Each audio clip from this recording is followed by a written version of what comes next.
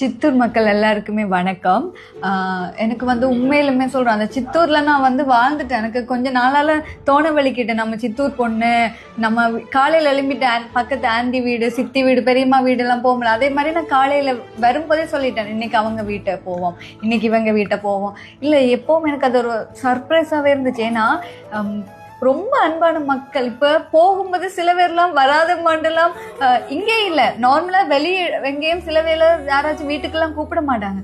இவங்க எப்போவுமே வாங்க வாங்க, அந்த வாசல் நின்று இங்கே வாங்க இங்கே வாங்க இங்கே, அதே ஃபைட் ஆயிரும். இன்னைக்கு எங்கள் வீட்டை வரலையே, அங்கே போயிட்டீங்க, இன்னைக்கு எங்கள் வீட்டை நான் சொல்லுவேன், இன்னைக்கு உங்களோட வீட்டு, நாளைக்கு அந்த வீடு, அப்படியெல்லாம் எல்லாருக்குமே லிஸ்ட்டு கொடுத்து வச்சிருப்பேன். அப்புறம் அந்த குட்டி குட்டி பசங்களாம் இருப்பாங்களா, நான் அக்கா மாதிரி அக்காவை பார்க்க வரேன்ட்டு அங்கே இருக்கிற அந்த கொய்யா, அந்த அங்கே ஏதாச்சும் இருக்கும் சாப்பிட்ற ஃப்ரூட்ஸ் எல்லாமே கொண்டு வந்து அக்கா அம்மா கொடுக்க சொல்லிட்டு போனாங்க. அந்த மாதிரிலாம் கொண்டு வந்து தருவாங்க. நல்ல நல்ல மக்கள்.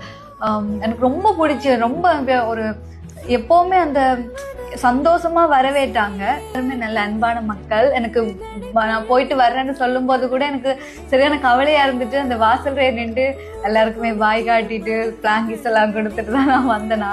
ஸோ நான் மிஸ் பண்ணுறேன். நான் திரும்ப வருவேன். வரும்போது நான் அந்த ஷூட் பண்ண அந்த இடத்துல எனக்கு ரொம்ப ஃபேவரட்டான எல்லா ஆளுங்கள்லாம் இருக்கிறாங்க. நான் போய் பார்ப்பேன்.